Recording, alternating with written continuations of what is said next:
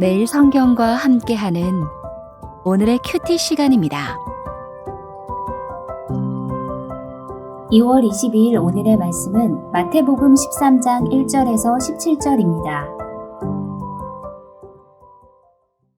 그날 예수께서 집에서 나가사 바닷가에 앉으시매 큰 무리가 그에게로 모여들거늘 예수께서 배에 올라가 앉으시고 온 무리는 해변에 서 있더니 예수께서 비유로 여러 가지를 그들에게 말씀하여 이르시되 씨를 뿌리는 자가 뿌리러 나가서 뿌릴새 덜어는 길가에 떨어짐에 새들이 와서 먹어버렸고 덜어는 흙이 얕은 돌밭에 떨어짐에 흙이 깊지 아니하므로 곧 싹이 나오나 해가 돋은 후에 타서 뿌리가 없으므로 말랐고 덜어는 가시떨기 위에 떨어짐에 가시가 자라서 기운을 막았고 덜어는 좋은 땅에 떨어짐에 어떤 것은 100배 어떤 것은 60배 어떤 것은 30배의 결실을 하였느니라.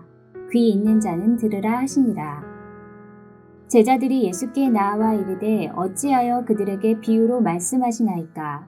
대답하여 이르시되 천국의 비밀을 아는 것이 너희에게는 허락되었으나 그들에게는 아니 되었나니 무릇 있는 자는 받아 넉넉하게 되되 없는 자는 그 있는 것도 빼앗기리라. 그러므로 내가 그들에게 비유로 말하는 것은 그들이 보아도 보지 못하며 들어도 듣지 못하며 깨닫지 못함이니라. 이사야의 예언이 그들에게 이루어졌으니 일러스되 너희가 듣기는 들어도 깨닫지 못할 것이요 보기는 보아도 알지 못하리라. 이 백성들의 마음이 완악하여져서 그 귀는 듣기에 둔하고 눈은 감았으니 이는 눈으로 보고 귀로 듣고 마음으로 깨달아 돌이켜 내게 고침을 받을까 두려워함이라 하였느니라. 그러나 너희 눈은 봄으로 너희 귀는 들음으로 복이 있도다. 내가 진실로 너희에게 이르노니 많은 선지자와 의인이 너희가 보는 것들을 보고자 하여도 보지 못하였고 너희가 듣는 것들을 듣고자 하여도 듣지 못하였느니라.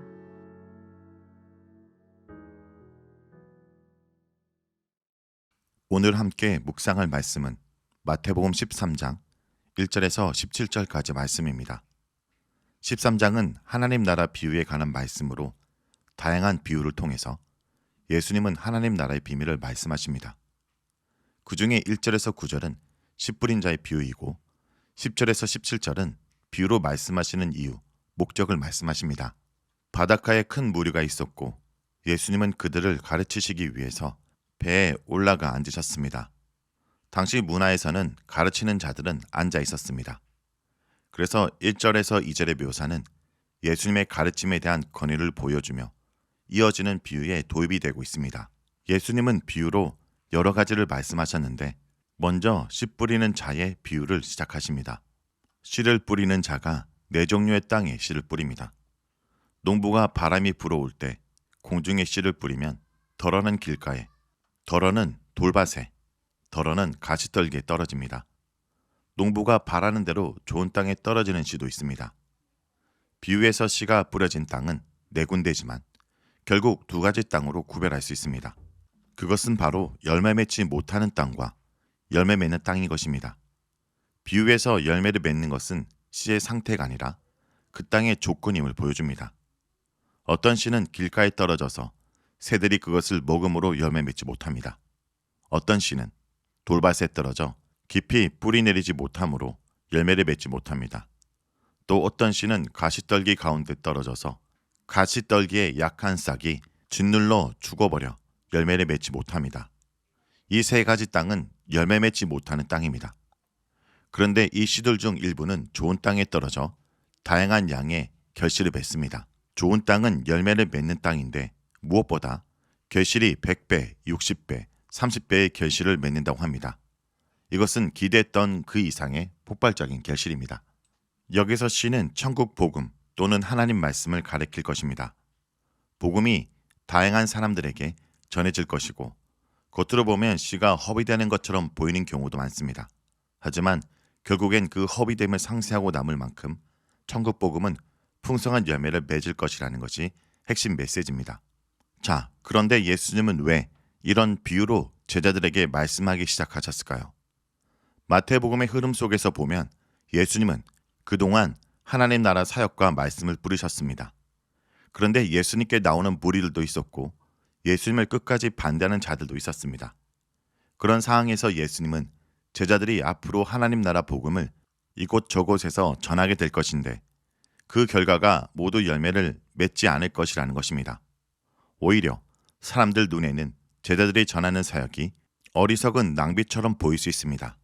하지만 좋은 땅에서 극적인 결실을 맺을 것이라는 것을 기억하며 힘쓸 것을 말씀하는 것입니다. 예수님이 이렇게 비유로 말씀하시자 제자들은 왜 예수님께 직접적으로 가르치지 않으시고 비유를 사용하신지 묻습니다.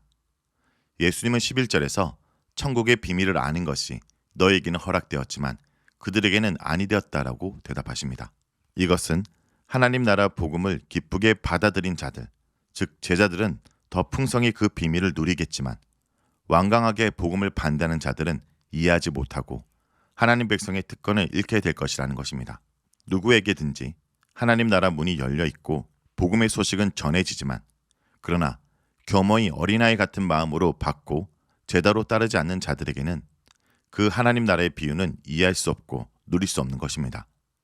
비유를 듣고도 관심을 두지 않고 떠나는 사람들은 들은 것마저 시간이 지나면 빼앗기고 떠남으로써 그들이 비유를 이해하지 못했음을 스스로 입증하게 될 것입니다.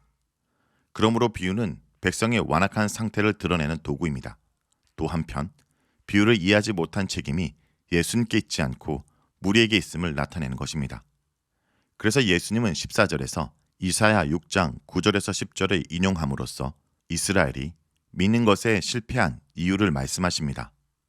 이사야 9절에서 10절에 있겠습니다. 여호와께서 이르시되 가서 이 백성에게 이르기를 너희가 듣기는 들어도 깨닫지 못할 것이요 보기는 보아도 알지 못하리라 하여 이 백성의 마음을 둔하게 하며 그들의 귀가 막히고 그들의 눈이 감기게 하라. 염려하건대 그들이 눈으로 보고 귀로 듣고 마음으로 깨닫고 다시 돌아와 고침을 받을까 하노라 하시기로. 성도 여러분, 더 잘 알게 되는 것이 반드시 더 잘 순종하게 만드는 것은 아닙니다. 예수님께서 말씀하신 의도가 더욱 분명해짐에 따라 그 말씀을 수용할지 아니면 거절할지를 결정해야 하는 것입니다. 예수님께 무언가 기대할 것이 있다고 생각하여 모였지만 그분의 말씀을 더 잘 이해하고 보니 자신의 삶을 그에게 맡겨야 하는지 그렇지 않은지를 결정해야 하는 것입니다.